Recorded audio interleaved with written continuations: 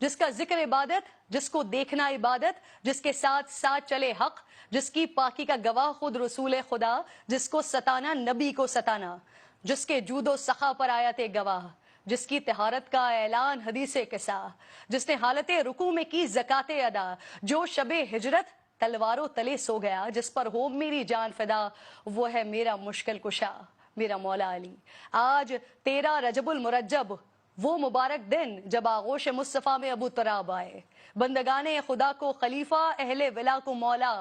ید اللہ من اللہ، عین اللہ، وجہ اللہ، لسان اللہ، اسد اللہ، فاتح خیبر، حیدر کرار، باطل کے لیے تھا جو شعلہ بار، امیر المومنین، امام المتقین، ریاست مدینہ کے چوتھے خلیفہ۔ حضور نے کہا جسے بہترین بستر مرگ پر بنا جو امین، جس کی شادی کا فیصلہ ہوا عرش برین، 40,000 فرشتے تھے حاضرین، جس کی عداوت ہے قابل نفرین، ذہانت میں بے مثال، بہادری اور شجاعت میں باکمال، چیف جسٹس آف ریاست مدینہ، پروردہ آغوش مصطفیٰ، وارث علم الانبیاء، سپہ سالار لشکر مصطفیٰ، روحانیت کا شہنشاہ، عرب و عجم کا بادشاہ، ہر خاص و عام ان کے در کا گدا، جس نے بدر و احد جیسی سخت ترین جنگوں میں پرچم اسلام لہرایا۔ محبت و الفت کے اس سفر کو اما عائشہ رضی اللہ تعالیٰ عنہا نے یہ کہہ کر کوزے میں سمو دیا کہ اللہ کے نبی عورتوں میں سب سے زیادہ حضرت فاطمۃ الزہرا اور مردوں میں سب سے زیادہ حضرت علی سے محبت کرتے تھے۔ نبی پاک صلی اللہ علیہ وآلہ وسلم نے ریاست مدینہ کے ذریعے جس حقیقی فلاحی ریاست کی بنیاد رکھی تھی، مولا علی شیر خدا نے اپنے عہد و خلافت میں اسی روش کو بطور جاری رکھا۔ بطور امیر آپ نے کبھی دارالامارہ میں قیام نہیں کیا، بلکہ یہاں غربا کو رہائش دی اور خود اپنے کچے مکان میں ہی رہے۔ قومی خزانے سے، حکومتی خزانے سے ایک پائی اپنے اہل خانہ کے لیے یا اپنے لیے کبھی خرچ نہیں کی۔ کئی بار تو نوبت یہ آ گئی کہ کپڑے اور غذا خریدنے کے لیے آپ کو اپنی تلوار اور زرہ تک فروخت کرنی پڑ گئی۔ چشم فلک نے وہ نظارہ بھی دیکھا کہ مسلمانوں کا خلیفہ جو کی روٹی پانی میں ڈبو کر کھاتا تھا، اور روٹی بھی جو اس قدر خشک اور باسی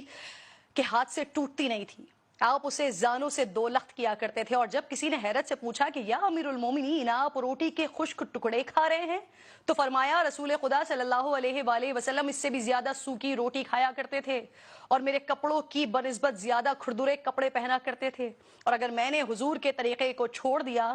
تو ڈر ہے کہ میں ان سے بچھڑ جاؤں گا۔ البتہ خود جو کی روٹی کھانے والا اور پھٹے ہوئے جوتے کو سی سی کر پہننے والے حاکم کا رعایا کے لیے دستور یہ تھا کہ مسکینوں کو تلاش کر کے ان کو سوال سے بے نیاز کرتے تھے، غریبوں کو تلاش کر کے ان کی حاجتیں پوری کرتے تھے، اور پھر جب رات گہری ہو جاتی تو دیگر امور سے الگ ہو کر عبادت میں مشغول ہو جاتے تھے۔ آپ کی شہادت کے بعد فقراء اور مساکین کو علم ہوا کہ تاریکی شب میں ان کی مدد کرنے والا، بوریاں اپنی پشت پر لاد کر اناج بانٹنے والا تھا کون۔ حکومتی مجبوریوں یا سیاسی مصلحتوں کی آڑ لے کر نہ ہی بیت المال سے غیر مستحق افراد میں وظیفے بانٹے، نہ ہی اپنے لیے تحائف سمیٹے۔ بیت المال سے خاندان نوازی کی روایت بھی قائم نہیں ہونے دی، حتیٰ کہ اپنے ہی بھائی کے سوال کرنے پر گرم سلاخ آگے کر دی کہ اگر تم یہ نہیں پکڑ سکتے تو میں تم کو نواز کر خود کو مشکل میں کیوں ڈالوں۔ فتنوں اور پرآشوب حالات کے باوجود مخالفین کو زیر کرنے کے لیے کبھی ہیلا و فریب سے کام نہیں لیا،